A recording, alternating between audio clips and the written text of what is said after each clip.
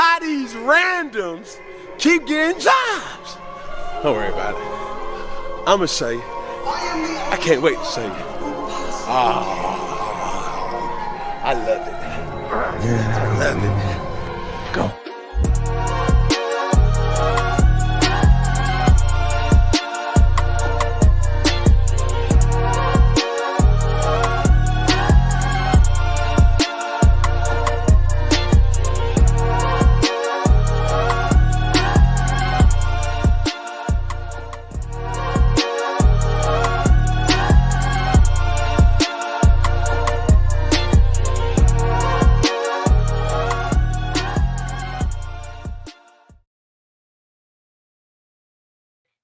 What's going on, ladies and gentlemen, and welcome to the Not Bland Show. And I'm your host, Dujane Bland. And today it's all about the NFL today. And I see you guys in the building. We got Ray Jeezy in the building. We're going to talk about them Falcons. They're looking good, man. They're looking good. Got an article up right there on sportsjourney.com talking about the Falcons. As you know, I cover the NFC South. And my man Scott in the building, ready to talk some football. And, man, what a weekend. What a 6 weeks it has been in the world of football. It's been some ups and downs and some surprises, and those things continue to go on. But, man, if you're an NFC South fan, Bucks and Falcons, I said the Bucks and the Falcons would be the ones, and they are the ones. 4-2 on top of that division. And, man, in about 2 weeks, they're going to collide again. And they just might be dueling records going into that game. So it's going to be exciting. Again, we are brought to you by sportsjourney.com. You can catch all of our work at sportsjourney.com. Got guys like my colleague that we're going to have on in a few minutes, Connor Forrest, putting up some great work. And if you're a Commanders fan, our post game is like no other. Our post game show is like no other, and you need to check that out. Tell a friend to tell a friend, just like with this show. Tell a friend to tell a friend. Let them know we're talking NFL. Have them subscribe and share this show with their friends and family. And, hey, if you want your team to be talked about, all you got to do is put it in the comments, and we can get it going. We thank Everything Nitro as well. And, of course, we definitely thank Drag Race Bracket Bonanza. Yep, it is almost coming to a close. We've got at least 2 races left. Man, this season has gone by fast. Your boy's not doing very, very well. I'm at least in the top 100. But it's going to be fun to see who gets crowned and get these belts this year. They've done a fantastic job of bringing new people and new eyes onto the sport and getting people involved and engaged. That is important. So what a job that Elon Warner and his team has done, and really looking forward to closing the season and looking forward to the next season in 2025. But 2024 is not over, and this is how you can get involved in the last 2 races. Drag racing fans, check out Drag Race Bracket Bonanza. It's the free, family-friendly fantasy bracket game. Now, after final qualifying at every national event, you can fill out your bracket for all the pro classes. It's free, easy to click on your picks. If you need some help, just hit the randomizer button to fill in the blanks. It's for fun, stay engaged, and pick your winners today.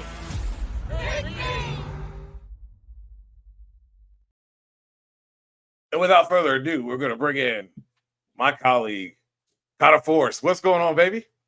What's up, DJ? You're looking great. I'm glad the storm didn't pick you up and blow you away. I was so glad to jump in here pre-show and see my man looking great. So it's great to be on with you, man. Thanks for having me.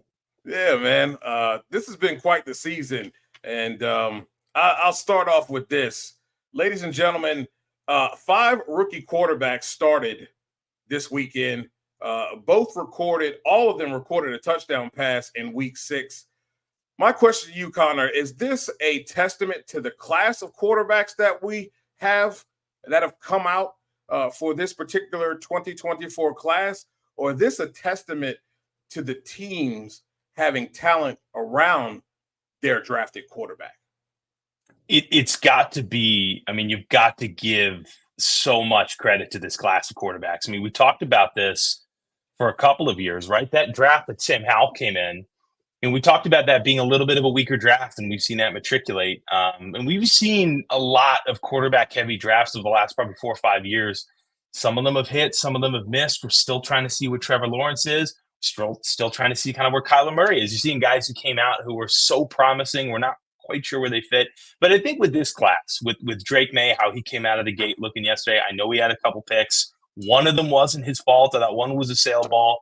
But I thought he looked great. Caleb Williams, you're starting to see his feet under him a little bit. I think the Bears are going to be a little bit of a mess this season. I think that coaching staff, I'm not quite sure what they want to be necessarily, but I think this is such a testament to this rookie class. I mean, Bo Nix kind of reminds me a little bit of Sam Howell with a little bit more moxie, a little bit more confidence, right? Yeah. But I mean, you go down the list of these rookie quarterbacks. I mean, no one has impressed, I think, personally, more than Jaden Daniels through 6 weeks so far here in Washington. We've gotten a front row seat to him.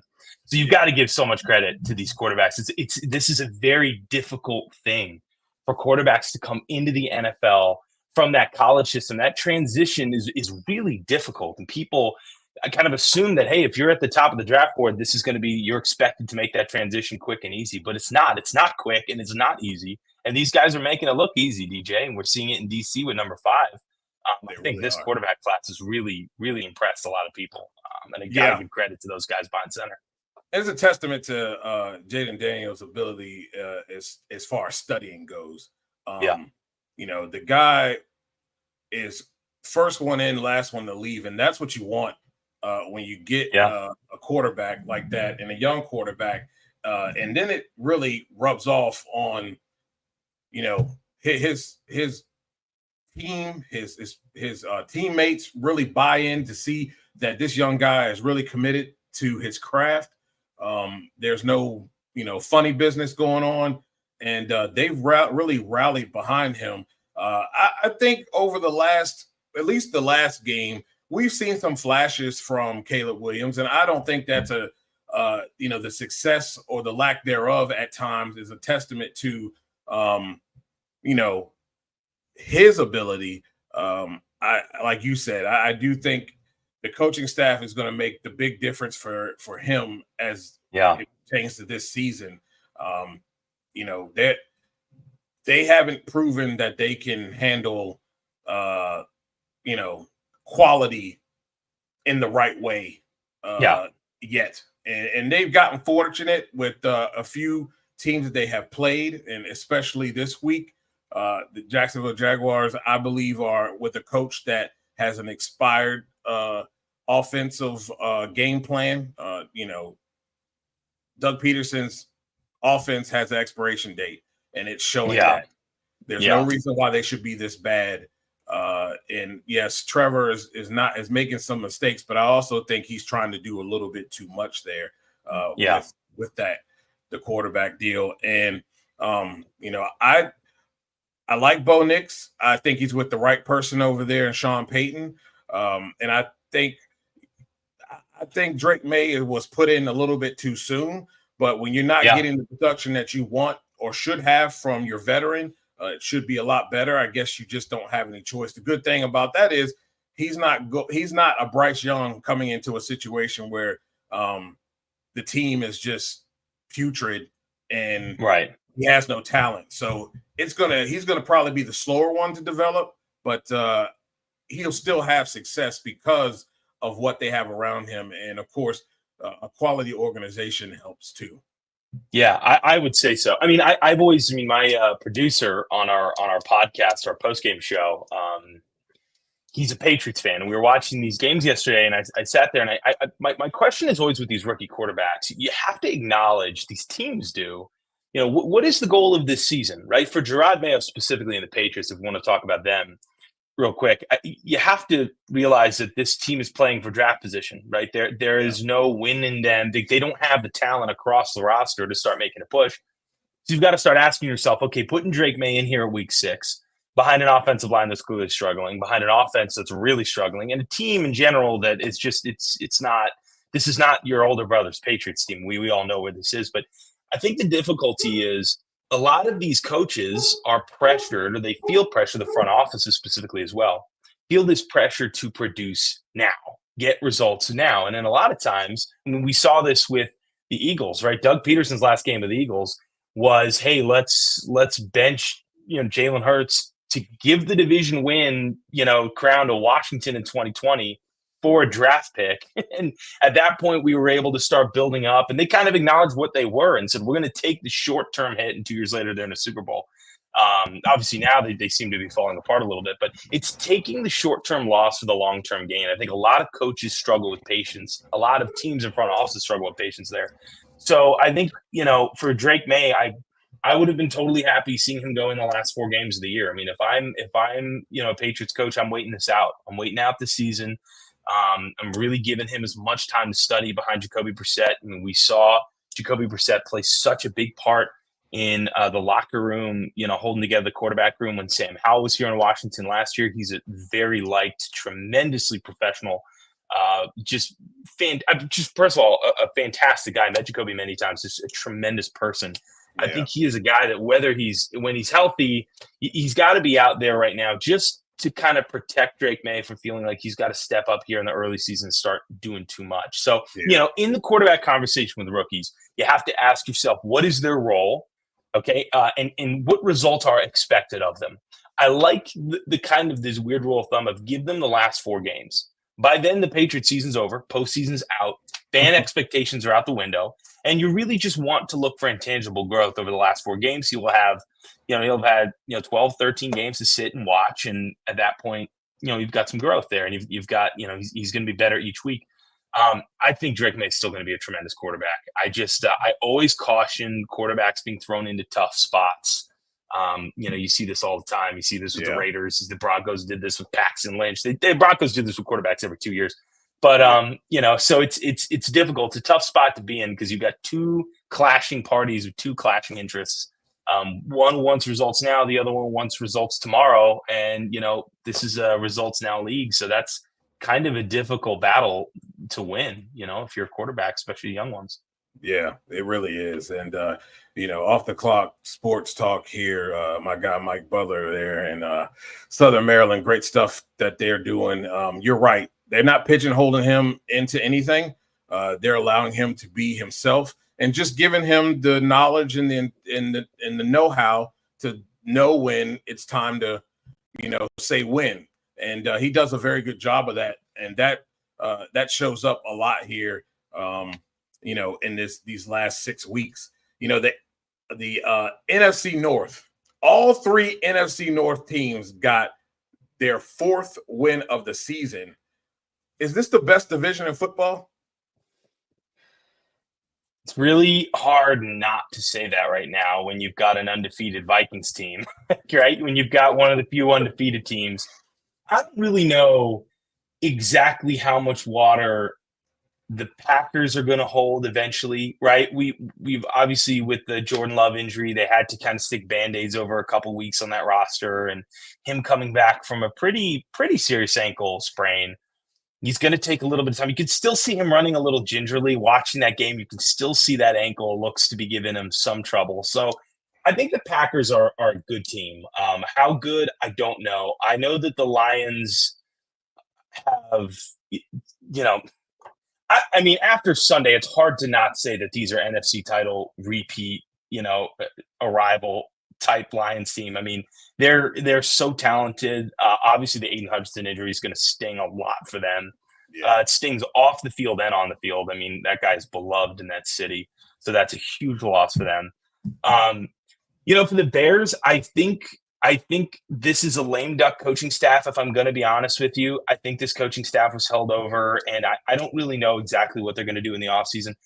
I think this is a very talented Bears team, but I'm not sure they've put it all together just yet. Maybe they will. But the Bears are going to fall, obviously, in the back end of this conversation.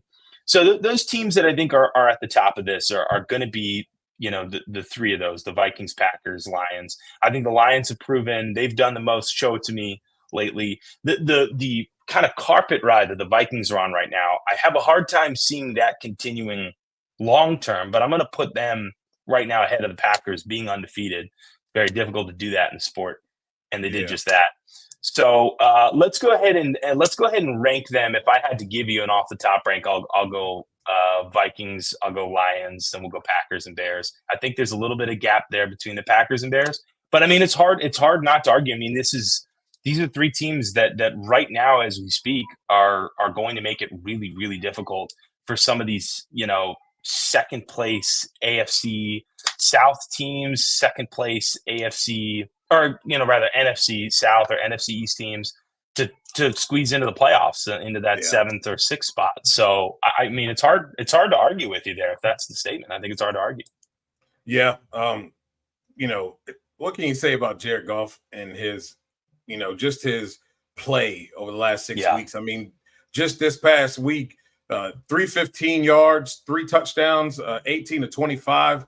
I think what the biggest thing for this Lions team that really helps them out is that they run the ball so well. It's a little annoying that they give David Montgomery so many carries and he gets touchdowns, because that hurts my fantasy with having Gibbs.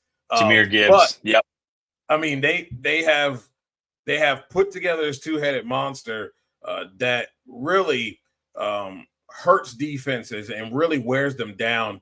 And then you look at the playmaking ability of a Sam Laporta, St. Brown, and then you got other guys that they're sprinkling in like Jameson Williams getting involved in the offense.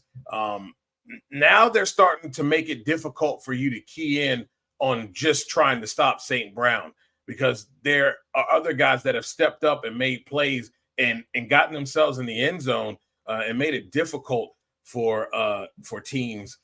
I really like the Lions, honestly, over the Vikings to a degree. And we're going to find that out. We're going to find that out because they play each other here in week 7. Vikings and Lions, they have to go to Minnesota and play. This is going to be, the line is like -2 here. So, or is it? Yeah, it's -2 points. 49.5 points is what they're saying might be, as Vegas is saying right now. This is going to be a game, and it's going to be a battle of, I think, an offensive mind and Kevin O'Connell, who has a quarterback that he has playing extremely well. I think head above heels of anything anybody would have thought as far as his play and gameplay goes. He's kind of gotten lucky playing for Kyle Shanahan and Kevin O'Connell now, two quarterback gurus. Yeah. It has helped, but we know how tough that Lions defense is. It's going to be a fun game to watch. I just love the tenacity of the Lions. They have really adopted their coach's mentality, and it shows up on the football field. And they dominated a Dallas team that really should be 2-4, possibly 1-5. They are fortunate to be 3-3, but we are who they are who we thought they were, and the Lions showed that. The Lions showed that this weekend. Yeah, and you got to give so much credit to Ben Johnson. I mean, obviously Ben Johnson broke our hearts here in Washington as that head coach candidate everybody wanted. But you've got to just feel so good about what he's doing up there. There's just no end to creativity up with the Lions, and everybody's involved. Like, at the end of that game, is Craig Reynolds 6 carries. Jared Goff when Jared Goff is confident, you can see it, and everybody gets involved in that offense. And it's one of those things where when you see it in Atlanta with Kirk Cousins, you've seen it his whole career with Kirk Cousins. You can almost just see this light switch go on and go, uh-oh. I mean, Matt Stafford, we've seen this for years with Matt Stafford in Detroit and then in LA.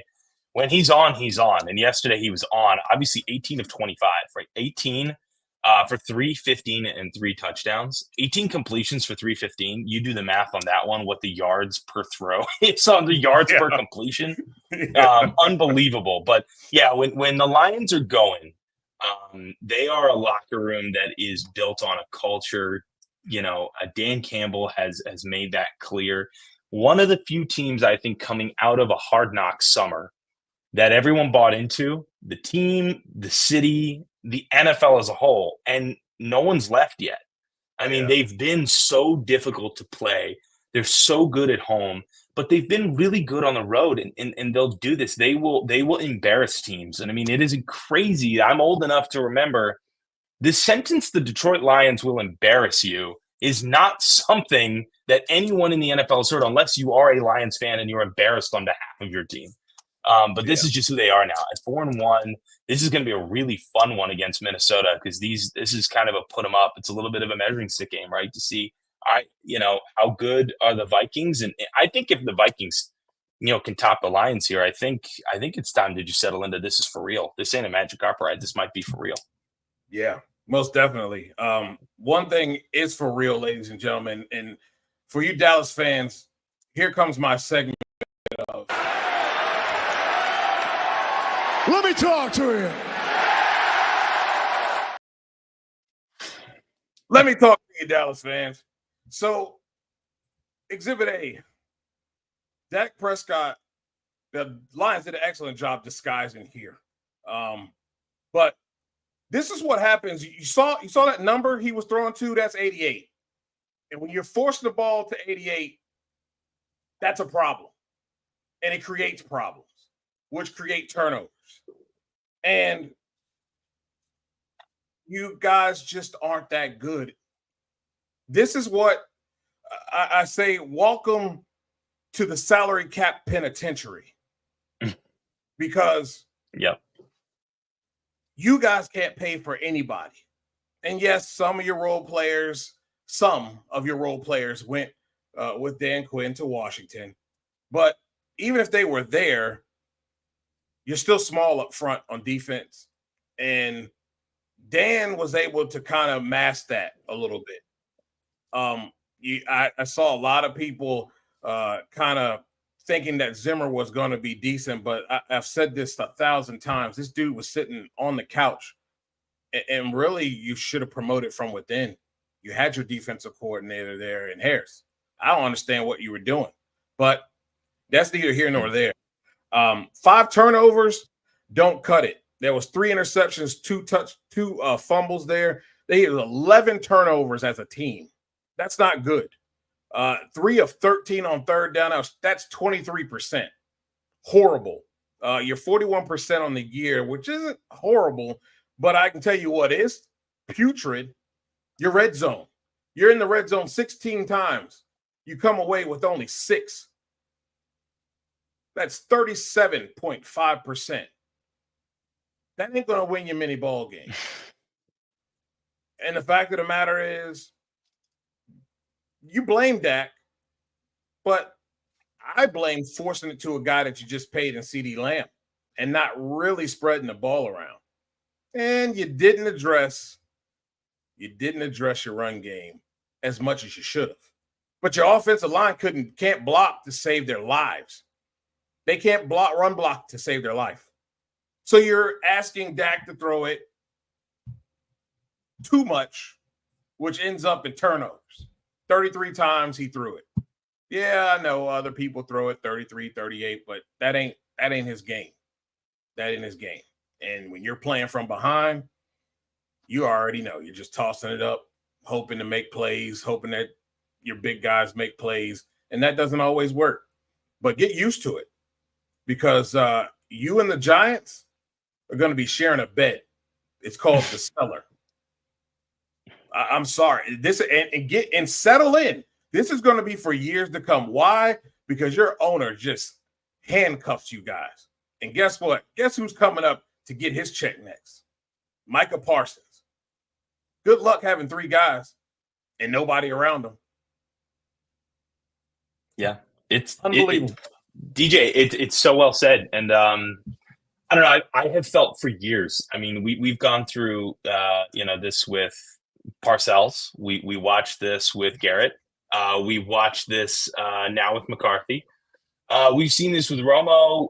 We've seen this with Dak. We've seen this with every different iteration of this Cowboys team. My biggest critique of the Cowboys over really the last 20 years, I think it comes down to a combo that Washington struggled with from their owner for a long time, which is arrogance and pride. And when you mix both of those, the problem is you start to become a little jaded.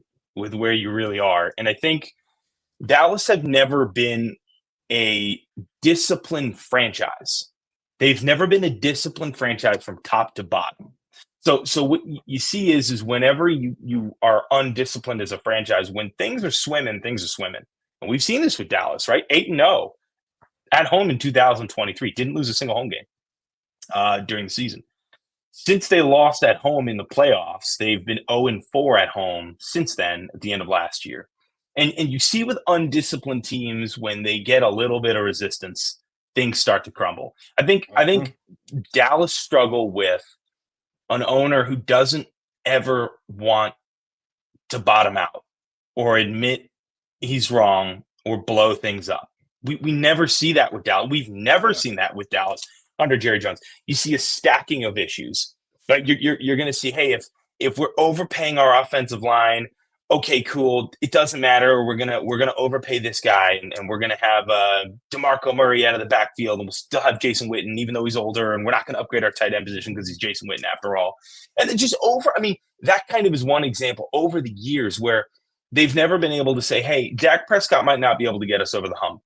Maybe we move on, and maybe we start attacking success somewhere else. If that is the case, and you believe that he can, then okay, but I'm sorry, you can't give $136 million to CeeDee Lamb and then the money you just gave to Dak and then expect Micah Parsons to come up and get his money and think that, oh, it's okay, we're the Cowboys, we're just going to keep running it back. I mean, the Eagles did this after their Super Bowl victory in 2018, and then 19 and 20 were train wrecks. They held on to an aging roster too long until the Eagles had to sit there at the final game of the season, give the division title to Washington in an open admission that, hey, we are not there. We will let Ron Rivera and the Commanders of 2020 pretend that they're there while we take an honest assessment, blow things up, and restart again. And you saw that success. It's when teams can admit we aren't where we need to be, our foundational pieces aren't going to get us there. We are way too cash strapped to give out money to positions of need. You've got to find a way to either start backing out of that or stop getting yourself in that position in the first place. And the Cowboys have never been able to do that, ever. No. And it's a terrible combo because they keep coming back to, well, we just, we've got to get better. You listen to the clips in the locker room yesterday, we know who we are. And I don't really know who you are. And I don't really know if you can get better. Because every time you've been punched in the face, you've fallen down, you've dropped into the fetal position, right? Yeah. At no point have we seen this Cowboys team say, no, we can get punched in the face. This is a classic Cowboys meme of during the regular season, we're going to find our groove, we're going to find our moxie, we're going to be Super Bowl contenders, we're going to get into the playoffs, and then get summarily, just somebody's going to come over, the Packers are going to take my hand and just walk me out of the playoffs and shut the door in my face. So it's if you're a Cowboys fan, it's really difficult to watch. I mean, I can't imagine watching yesterday and feeling anything other than ill. That Penei Sewell and tackles, they're doing flea flickers and backward reverses and tackles lining up as slot receivers. It's just, they were having fun with you. They were having fun at your expense. And I think it's just a sight of what they think of you. You can't stop us and we're going to embarrass you. And it just... I have friends say, is this how Washington felt? I had them text me, is this how Washington felt? And I'm like, yeah, slightly worse, but yeah. And know, Ray, no, you can't trust Jerry. This is the same guy who said that he was all in. All in to do what? Nothing? Because that's exactly what he did. Nothing. Paid a bunch of guys that he already had. And the bottom line with this team, and it's been a long time, I think some Cowboys fans are finally coming out of the star fog and realizing what's going on here. But this dates way, way back. This dates back to Bill Parcells. Yeah. This dates back to all these other stopgap coaches. It dates back to Jason Garrett, who honestly, sure, should he have been fired beforehand? Yeah, but in some cases, it's not 100% his fault. And y'all just keep plugging more coaches in, and the problem still remains the same. And now, like you said, continue to stack problems without ever fixing any. Now you stack so many problems that you have turned into the New Orleans Saints of 5 or 6 years ago, where they were hamstrung cap-wise. You are in a worse spot than they are. Because not only do you not have a lot of talent on your team, you don't have any money to even bring in remotely enough twos to make it respectable, let alone bring in ones. So you're stuck with what you're stuck with. And DJ, you're an NHRA guy. You're going to get this reference. If I get into 4 different cars with 4 different engines and 4 different colors, and I run all of them into a race and 4 different times into the wall, maybe the problem isn't the car, right? Maybe the problem isn't the car. Maybe it's who's behind the driver's wheel. And we've just seen this over the years. And I just can't believe Dallas like continue to waltz into seasons like this season specifically. We knew they were going to take a step back. They lost a lot of guys in free agency. Tony Pollard leaving, and that's just one, and your tight ends leaving, and this roster took a step back. But they spent like they were one guy away, and that's not what they are. No, that's not what they are. Scott, it depends. You have to be. It takes a frugal general manager to understand when to pay, and then usually a solid general manager is going to put you in a situation where the contract is going to be suitable for respectable and suitable for the player, but it's also going to have to be about business and what's best for the team as well long term. And I think you see a lot of the quality teams like Kansas City. You've seen the Eagles do this several times, and that's why they continue to be in contention because of how they go about contracts.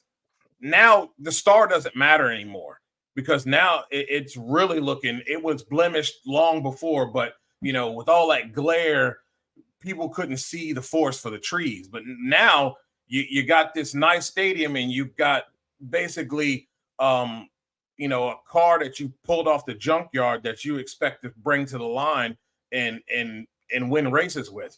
That's not going to happen. And I think you're going to start. I think Cowboys fans have to do what Washington fans did. And I've been saying this to you guys for years. When you stop showing up and stop buying the gear, you know what? When it starts hurting their pockets, all of a sudden you start seeing some change. You saw that here in Washington. It was a death-dealing blow. But what fans were just said, enough is enough. I'm out until you fix it. And I think that's what has to happen here. Because at the end of the day, Jerry's still getting his money and he's putting out what he's putting out, thinking that he's still in the 90s. And that ain't going to work, man. But I think it's a fine line, Scott, in any negotiation with any player. You have to really look at all the intangibles of the player. How much, and I'm tired of people telling me market value. Market value gets you hamstrung and make you look like a fool when you pay Daniel Jones a contract he has no business getting. I don't care about the market value. What does his play say? The play says he's an average to below average quarterback who benefited from a running game. I mean, with that decent running game and a decent wide receiver, I could play quarterback in that deal because half the time you're running it and you're play actioning off of that. They're going to bite up because they have to stop the run, and somebody's going to be open on the back end. It's just that simple. So, well, and to comment on Scott's question too, DJ, is is it better to trade for draft picks and sign big guys? Good NFL teams do both really well. There is kind of a double payout when you hit on a draft pick, right? And in fairness, you got to give Washington a lot of credit. And this goes to Ron Rivera did nothing but miss on first round picks, but you got to give Ron Rivera's front office a lot of credit with, this 3rd, 4th, 5th round guys. I mean, they and going back to even Jay Gruden. I mean, just guys like Tim Settle who were who obviously aren't on the roster anymore, but big contributors. Those are 4th, 5th round pick guys. You go back to 2012, Kirk Cousins was a 3rd round pick, but Antonio Gibson and Terry McLaurin. I mean, these are guys who were found in that 3rd, 4th round, and those are guys that were plug and play dudes. So, do you always, when it comes to contract time, trade or, give them the contract? It depends on the player, but your roster has to be filled with guys who you hit on, who you're paying no money to. I mean, and the golden egg in football is a rookie quarterback on a rookie deal who's playing like a top tier quarterback. It gives you flexibility. It gives you all the cap space movement gives you the 5th-year option. And then it gives you the ability to say, okay, cool, now I can start giving money to other places. But, let's be clear, looking forward to Washington in the next year or so. Tough decisions are going to have to be made on that defensive line with Ron Payne and John Allen and their contract. So you've got to be able to do both. Good teams do both really well. And you tell me a team that's struggling, and I'll tell you a team that has struggled in either one, the other, or both of those categories. Dallas, I think, have struggled now in both of those. I don't think their draft picks have been particularly good. I don't think they've been I don't think they've drafted particularly well here in the last few years. I know they've had back-end first-round pick guys, but I don't think they've drafted particularly well. Obviously, Leighton Vander Esch was now this is a couple of years back, but Leighton Vander Esch is not even in the league anymore. You've got guys that they've missed on, and on top of it, they're doling out massive contracts to people, and they're strapping themselves. So they're doing both badly, and it's showing on the field now. Yeah, definitely. Looking at the NFC South here, like I said, there's a log jam of two teams that I saw playing and being able to be at the top of this division and possibly win it. I will start with the Bucks because I'm going to talk about the Saints as well here. Bucks just ran all over them, and this is a wild game because at the half, New Orleans is up 27-24. 27-24, and they come out in the second half and get goose-egged. Absolutely goose-egged. And the Buccaneers scores 27 points total in the second half to end up with 51 points to 27. Before I talk about how great the Bucs have played, and they really just took it to them, Baker Mayfield, super comfortable in the pocket. And when he's comfortable, we know how great he is. But, man, I keep saying this. Dennis Allen is a problem. And I never trust Dennis Allen ever since he had the coaching position. But I'll tell you, Spencer Rattler is a guy that if for whatever reason and when the Carr experiment is over, I believe they have a quarterback that will pick up the reins. But I don't see that being with this coaching staff because too often times than not, they show up and they look great in other games, and then in divisional games and important games, they get murdered. Absolutely murdered. And to come out and be as flat as they were in the second half is pretty much, to me, unacceptable. I don't know what else. Yeah, I mean, DJ, it's interesting. I mean, the Saints, I think, they have a bigger problem, I think, on their hands going forward is this injury situation seems to be stacking up on them quite rapidly. I mean, obviously with Rattler being in there for the injured Carr, you're now dealing, I think they've got a really serious problem on their hands now at the receiver position. With obviously Shaheed hurt and Chris Olave out with a concussion, with a young quarterback who's having to step up there and fill a void, not having receivers isn't going to help anybody. I mean, that is not a combination you want to see. I think the insult to injury, I think at the end of this game is the injury situation for the Saints. And I think that's going to be a way bigger problem than the fact that I think the Bucs and the Falcons are starting to distance themselves in this, NFC South race. But I think those injuries are going to be a huge issue for them. Yeah, and they really are a team, especially on offense, that really couldn't afford too many injuries. They got to find a way to get Alvin Kamara back to that dual threat. I thought that was a problem in this game, but you turn the ball over 3 times, it's a problem. And both teams turned it over 3 times. It just that the other team decided that they had packed it up at half and did not come back out offensively and really put their defense at a disadvantage. Tampa Bay, it really their success hinges off of Baker Mayfield and which Baker shows up. Because we don't know who that was in Denver. And then they come back and bounce back from that. I think it's a testament to coaching as well. But I think this team goes as Baker goes. The Falcons, on the other hand, they and I've said this, I know Falcons fans are jaded a little bit, but this team just needed a guy who could distribute the ball better. And there was a lot of talk about their defense, and I'm glad they went out and got Judon. Great pickup. But at the end of the day, a great offense that can keep the defense off the field and not put them in, red zone, short down and distance, short scoring positions because of untimely interceptions on your own end, they were going to be fine. And they have proven that the defense is very solid. And Kirk is finally, after that first game, is the Kirk Cousins that we have grown to love. I think this is a great opportunity for them. I can guarantee you will be a playoff team. Outside of that, I can't guarantee you that you'll win a playoff game. He just hasn't shown it yet. But Kirk has done some things here in Atlanta that he's not really known for doing. That's winning in prime time in the clutch. That's winning in overtime in prime time in the clutch. I mean, a walk-off touchdown the week before, they come out and throttle the Carolina Panthers, who just simply aren't that good. But again, divisional game, they hung in there the first half. I love where this team is at. I love the fact that they did pick up Penix. A lot of Atlanta fans were not okay with that pick. But when you hear Raheem Morris talk about the fact that they did not plan, they are not planning on being back in that position again.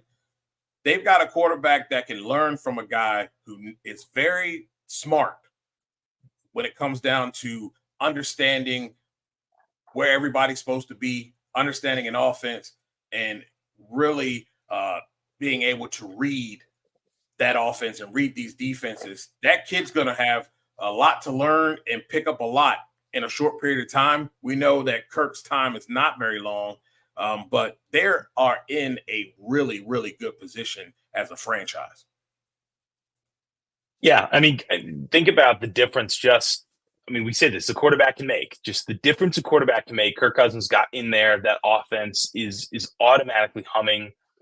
Kyle Pitts has been way more involved in this offense, which again, has he lived up to that 4th overall pick? No, but he's a weapon, and he really has been. Against Carolina, 3 receptions for 70 yards, averaged 23.3 per catch. I mean, he's a downfield guy. He's a downfield threat. I mean, he's an unbelievable tight end, but realistically, he's a gigantic receiver. This is what the Falcons hoped they would be. You get Kirk Cousins. You want to plug and play. Your guys are elevated. Drake London elevated. Bijan Robinson elevated. The offensive line has been pretty good. They've played really well. This is the formula in our current NFL system. You've got to have an offense that can score points. You can, you're not going to win having elite defenses and mediocre offenses. You've got to be able to follow that Joe Gibbs rule in the 90s, 3 touchdowns and a field goal, which you want to be doing. You have to have an offense out there that can put up 24 points a game to start this conversation. They've been able to do that. And again, just being able to blow out bad teams. I know this sounds silly because Washington have not been able to do this. You have to be able to curb stomp bad teams. You've got to be able to kick the butts of teams you are better than. They're doing it. Washington, for the first time in my lifetime, are doing it. Yeah. And that's, you need to get that. You need to do that. And especially in your division, putting teams down and saying, you are beneath us. We've got postseason aspirations. Get in line. And they did that. And, again, the Falcons are fun to watch again. You knew that with their weapons, you knew that the drafts in the years leading up to that move to go get Kirk Cousins set them up to be one quarterback away from entering a new stratosphere. And it's good to see they have. Yeah. Ray, I understand how that can be concerning, but let's not forget they held Carolina to 3 points in the second half. That's what you want. Sure, sacks are a lot, and I get that, and really says about it speaks to getting to the quarterback, but they were pretty disruptive. That's why Red Ryder BB Gun turned it over 2 times for 2 interceptions there. But holding teams to 3 points or less in a half, especially after the first half that defense had, really making it a game when it really shouldn't have, is important, and I'll take that all day. Ray says historically Atlanta has offense, but can you get the necessary stops on D? 27-3 remains a topic. The Raheem Morris gets the defense balling. 28-3. Yeah, I agree. I understand that, but I think like we saw here this weekend, them holding them to 3 in second half is super important, and the offense continuing to score. That's the type of stuff you're going to need, especially when you come down to these divisional games. I kind of any divisional game, especially with the South. Well, I'll say with a lot of the NFC divisions, those interdivisional games are just different. You can throw the records out. You can throw what those two teams did with other teams out the window. When they get together, it's something. There's something different. There's something in the air. And I had a gut feeling early. I was like, man, there's no way that Atlanta's going to come in here and flop because, they had turned the ball over early in the second quarter with that fumble. That led to 3 points. Carolina was up 10-7, running the ball pretty decently and looking like they were going to charge. And then Atlanta scored three touchdowns on drives that put them ahead. And of course, the defense gave up some points, but I need the defense at all costs. No matter what you do in the first half, you must be lights out in the second half. And this defense has shown up and done that in the most critical moments. I mean, really, they were just a play away from beating the defending Super Bowl champion Kansas City Chiefs. So I think the Falcons are in a great place. They have a quarterback that is, he's going to make his share of mistakes, but more often times than not, he's going to make plays. I do like what they're doing with Kyle Pitts slowly. You saw him a little bit getting the blocking done in the run game. He's not 100% there yet. He's a little light in the butt cheeks, and he gets pushed around just a little bit, but he's making an effort. He's making blocks downfield. You see receivers getting involved in the run game as well. And they brought it out, not this game, but the previous game against the Bucs, where that seam route was something to watch with Kyle Pitts. And I think they can do more of that. I think they are kind of holding back a little bit with him and until they get further in the middle of this season and kind of using these gadgets and these types of plays where he can be effective because he's a big body against their division foes. I don't feel they went against a run. They just ran it down their throats yesterday. And Kirk spoke about it in his press conference that, early in his career, Kyle Shanahan, because he didn't have, a big 300-yard day. And Kyle's like, that's the game I called. And that's the game was called. Sure. He didn't have a 300-yard day and multiple touchdowns, but they saw taking advantage of the run game was important. They had major success off of that. 198 yards total. They averaged 5.2 yards per carry. Bijan Robinson by himself averaged 6.3 yards per carry. Algier, 5.8 yards per carry. Both of them combined for 3 touchdowns. I'll take it any day of the week. You'll win week to week. It's a week-to-week league, and you'll win however you need to according to how your opponent displays how they're going to defend you. And I believe that the Falcons have every tool in the shed to be able to defend and to be able to win and move their offense in various ways against different opponents. Yeah, and honestly, to put a cherry on top of that, so well said. I think if you look at the NFC South, the top 2 teams have got a quarterback who's producing through the air to go with a running back who's able to take the pressure off his arm. You just said that. I mean, 3 touchdowns between Algier and Robinson. That's 3 touchdowns that Kirk doesn't have to throw, right? That's 6.6 yards on per play that Kirk is not having to create with his arms, and receivers are not having to run routes with. I mean, that you tell me a good quarterback in that division, Baker Mayfield, Kirk Cousins, I'll tell you Bucky Irvin, and I'll tell you, Bijan Robinson, Tyler Algier, who are really the yin to their yang, and that's a really big aspect to this too, and you can't understate that. Yeah, and you're right, Ray. This is a wide open conference. Oh yeah, It really is, and I really think the NFC, when you look at the standings between the AFC and the NFC, is a better conference right now. There's a lot more winning records, a lot more tight, close, games win to loss than over there in the AFC. I think the worst division is the NFC West right now. But you made a good point, Ray. He doesn't get the targets, and I think they're slowly working that in because I think they know they have it, but they're winning with Mooney. They're winning with throwing and getting London involved. They're able to throw to Algier out of the backfield and make plays like that, get Bijan Robinson involved as well. So I think they're just sticking with what they've got. They're not trying to show too much, especially when what you're doing is working. If it ain't broke, don't fix it until you have to fix it, in my opinion. That's the key too, DJ. Is if it's a situation where, Kyle Pitts, he's best served in those seam routes. He's best served on wheel routes. He's best served with 23 yards a catch on 3 catches in a game. I know he only has 1 touchdown on the year, but if that is his role, that's best served right now. Sometimes you got to go back to that Kyle Shanahan adage that this is the game I'm calling for you. And if that's what they need, but I think that's Ray just puts on there. That's great. It's very clearly he has been a great team member. He's obviously never complained. And I think that comes from, being a team guy, wanting to win, not complaining, comes from trusting the process, comes from knowing, hey, my job here might not be putting 7 cement bags on my back and climbing this ladder. Maybe it is just laying a couple bricks here on the floor, but I know that I'm helping put this wall up. Right. Yep. And that's kind of what it looks like Atlanta's building. And I think if you're an Atlanta fan, if it's working, if it ain't broke, don't fix it. Yep. We'll close this thing out here talking about the Washington Commanders. It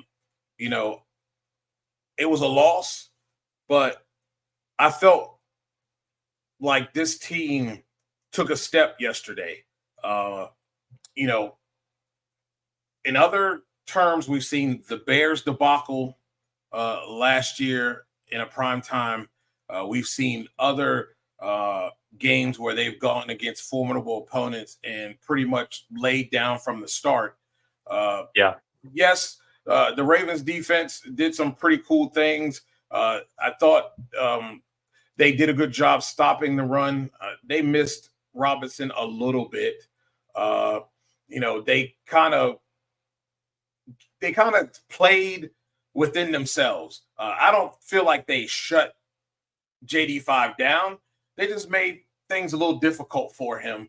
And them being a young team, there were just a few plays that they just didn't take advantage of. And those on the other side of the ball, the Ravens offense did.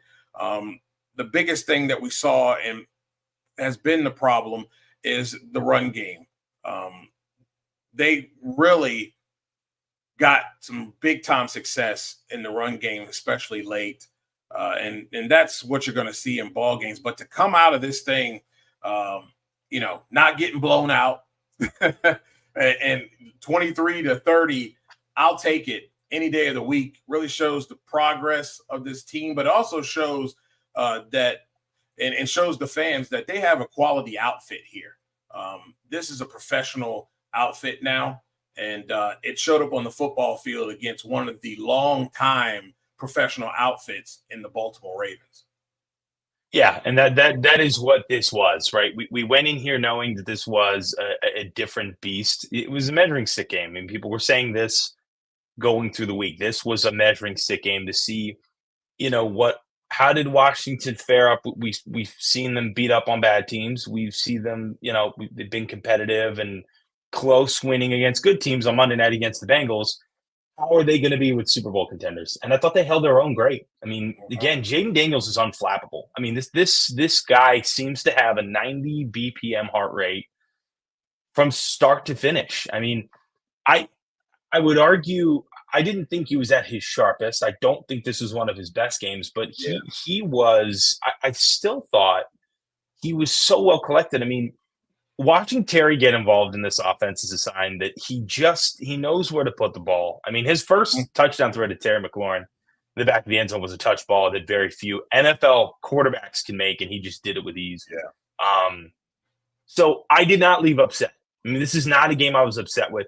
The Ravens, I think, had control of this game from start to finish, but Washington was right there. I think defensively, the problem we knew going into this game would be a problem was a problem. So no one was really left shocked. I was obviously disappointed with just how discombobulated the secondary was. Yeah. Watching Zay Flowers get 132 receiving yards in the first half alone. He didn't have a single catch in the second half, but he didn't need to because that was Derrick Henry's music. But, again, I've said this on every show I've done now in the last 6 weeks.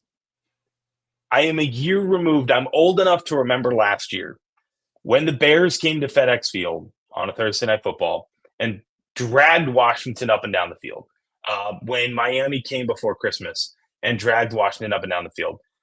When the Bills came and made a mockery of Washington, guys were just laughing, and in the halftime locker room, in the visiting locker room. This is just not what this team is anymore. I mean, this team they're not going to get walked up and down the field. I mean, this is a prolific offense. This is an offense that can really keep up pace with just about anyone. They did again on Sunday. And a defense that is going to take more than a trade deadline to fix. It's going to take another draft. It's going to take another offseason, right? And I said to my producer before we started recording, this season feels to me like me and DJ walk into a Vegas casino and we see a chip on the floor. It's a dollar chip. We walk over to a roulette table and I say, I'll toss out 2 numbers, toss it on the table, we win 10 grand, right? If I go to another table and I lose $500, it's like, okay. This is what we call house money in the business world. So I'm enjoying this ride. And I think the intangibles are what is most important. How is Jaden Daniels progressing? Incredibly well. How does he look under pressure? Incredibly well. How does he look under an elite defense who really stepped up yesterday and really put a lot of pressure on him? He looked incredibly good. And I think, to your point, Brian Robinson being out, you missed Brian Robinson on the ground game. Being the kind of part 2 to Austin Eckler. Austin Eckler only had 9 carries, so they really were kind of attacking through the air yesterday. Yeah. But I think most importantly, you missed him in that blocking role. He is an elite NFL blocking running back, and people don't really talk about that. You've got to look at some, Monday film review to see it. But if you do it for 5 minutes, you're going to see it. And you could see yesterday, I think Washington were struggling a little bit to pick up some of these blitz schemes, especially in the second half when the Ravens were pinning their ears back. Yeah. To try to give him a little bit more time. All in all, I can't leave upset. You can't leave upset. This is a game that any other year is a blowout, and this is what Washington is, a team that defensively need a lot of talent and need a lot of help, especially in that secondary. And obviously now with John Allen being out for the year with his pectoral injury, it's going to be a difficult watch for the defense, but I think they're not at the Ravens level yet. We're no longer talking about this team as being a top 5 team, which we would have if they had won. Yeah. This is, a top 10, top 12, team. This is a really, really elite offense. It's going to be a ton of fun, but I can't leave upset, DJ. I didn't see anything yesterday that concerned me that I wasn't expecting to concern me. And yet again, another week comes by where I am reassured Jaden Daniels is it. Yeah. Oh, yeah. Been saying it from the jump. I've been trying to tell people everybody was on that Drake May train, and I've seen this guy too much in the SEC to know better. And, it's impressive to watch. It's great for the Washington fan base to see this. Most importantly, guys, against an elite defense, he almost had a pick. I will say that. He almost had a pick, but he left out of there with no picks. That's impressive against a team that people have penciled in as at least in the AFC Championship game. I can't say enough about the coaching staff and what they're doing. And just a few. There's some pieces. Can't fix everything on defense in one off season. I do like the compete mentality that I see out of the guys on the back end and that defense. I'm going to be blunt and tell you, I don't think they missed anything with John Allen being gone. He only had 2 tackles in that game yesterday. His total for the year is 15 combined, 13 solo, 2 assisted, 2 tackles for a loss, and 6 quarterback hurries. Deron Payne, 8 combined tackles for the year, 6 solo, 2 assisted. He has not tackled anybody for a loss, and he has 2 quarterback hurries. Look, yep, he hurt his pec and he's a body, but he wasn't doing jack. So now let's get in somebody they've been that's underperforming hungry. as a whole. Right. Let's get somebody hungry because it's the next man up, and we're going to see what happens. I think they're going to fight on the front. If they can get a little bit more fight up front, that's going to help the back end. Because I've always said, if your front seven can just simply get home or get to the point where they are disrupting the quarterback's ability to throw the football, the back end don't have to cover that long. But when you're not getting there and you have the time that we saw Lamar had, somebody was going to come open. So you can't really blame the secondary too much when they're having to cover for more than 7 seconds. Eventually, somebody's coming open. So, there's pieces that have to be made, but I have to give, Joe Witt and Dan Quinn a lot of credit for making this defense respectable. They have come up in situations and made plays, especially in that Cincinnati game when it looked like Cincinnati might really take it to them. And they made plays to keep that offense available and in the game, and the offense just kept delivering.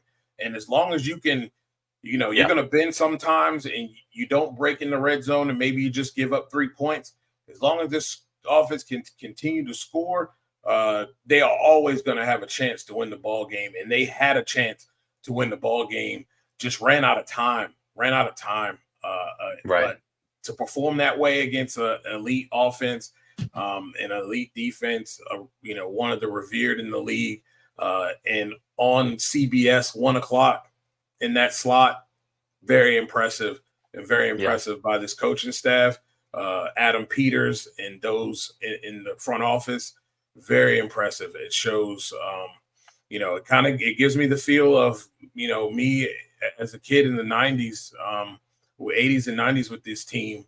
Front office, it's got that Gibbs, Jack Cook feel with the, Charlie Casserly in his prime type of feel. And relax, Washington fans. It's time to sit back, pull up a chair, grab your favorite cold beverage, and enjoy this ride because it's going to be fun. Enjoy the ride, baby. It's going to be fun. It will be. A lot of fun. Well, Connor, what you got coming up, bro? What you got coming up? So we got a lot. Next couple weeks. A lot of stuff going on at sportsjourney.com. So you'll find DJ's work. He's been incredible covering the Falcons, covering the NFC South, covering the Commanders. I mean, just about everything. So sportsjourney.com is where you're going to find all of our good stuff. After Further Review is our podcast. We record on Thursday nights. We'll have a new episode out on Friday. Preview Washington, Carolina, put the bow on Washington and Baltimore, give you some news and notes around the league. And then again, after every single Commanders game on sportsjourney.com, exclusively, you're going to find our Burgundy and Gold post-game live episodes. So we love doing that. It's right after the game. It's instant reaction. It's a really fun podcast. Bob Matthews, our colleague, has come on the last few weeks. I expect DJ Bland to be on there sometime soon. So we're getting everything out to you. So After Further Review is our podcast. You'll find that wherever you get your shows. And then Burgundy and Gold post game live after Commanders and Panthers this coming Sunday. So sportsjourney.com. That's where you'll find everything. We push everybody out there, and you'll find me, you'll find DJ, you'll find Serge, you'll find the whole crew. They're awesome out there, and we're really, really proud to bring you some fun work, this year. So keep tuned with us. We're already 6 weeks through, and we're rolling. This train keeps going, right, DJ? Yes, indeed. It keeps rolling. And Ray, you're right. This ain't going to be the London Flector night. That's for sure. I expect this crowd to be electric, and I expect this team to be on point. They will deliver. It will be hyped. I expect them to be punching folks in the mouth on both sides of the ball. I'm hoping that this is a game that they can rout this team and bury them early and start having backups Yep. by the third halfway through the third or the fourth quarter. Let's do some rock, paper, scissors games. Yeah, I want to see some rock, paper, scissors. Who wants to go out there, kind of stuff. Yeah, exactly. That's what we want to see. Indeed. That's what Well, we want to see. Connor, thank you so much for coming on, and this You're ain't the the man, last DJ. time. We'll be back. You'll be back, course. and I appreciate you. And let's keep grinding, baby. Oh, it's my pleasure, brother. Great to talk with you as always. Keep up the great work. Thanks, bro. Connor Force, everybody, and thanks a lot, Scott. Appreciate your support. Ray got Ray Jeezy in the building today. Again, tell a friend to tell a friend. Subscribe and like the show, share the show. Your support has been greatly felt. We are really, I believe we hit a year today. The year of this show today. I might be a little bit late, but we hit a year of this show. To have 130 subscribers so far. We're going to have this guy on tomorrow. We're going to be talking wrestling tomorrow, baby. A lot of wrestling, a lot of AEW, a lot of WWE. But to have the subscribers that we have, the viewership that we have, the return viewership that we see in the analytics, it's impressive. It's impressive. And I'm glad that you guys choose to rock with me when it comes down to sports, especially football and drag racing. It is humble. Thank you. Tomorrow, speaking of the champ, he'll be on along with the Dark Sith Lord. We will have them on talking WWE and AEW as AEW's come out of a pay-per-view here. Really good pay-per-view. I think people are not giving AEW its due credit with the storytelling that they have been putting on here over the last month and a half. We'll talk about the WWE and their last pay-per-view and where things are going from here. To me, things in the WWE seem a little stagnant, and their last couple of shows have been boring, and that's not coming from me. When my wife says it's boring, it's boring. So I don't know what. We'll talk to them about that. It's going to be fun. So tune in tomorrow, 7:00 p.m. We'll be talking about that. Again, thank you so much for tuning in to the Not Bland Show. It's brought to you by SportsJourney.com and Everything Nitro, and sponsored by Drag Race Bracket Bonanza. It's going to be fun, man. It's going to be a fun year with this whole Drag Race Bracket Bonanza. It's almost over, but we've had a lot of fun. Well, ladies and gentlemen, good night, everybody. Hope you had fun.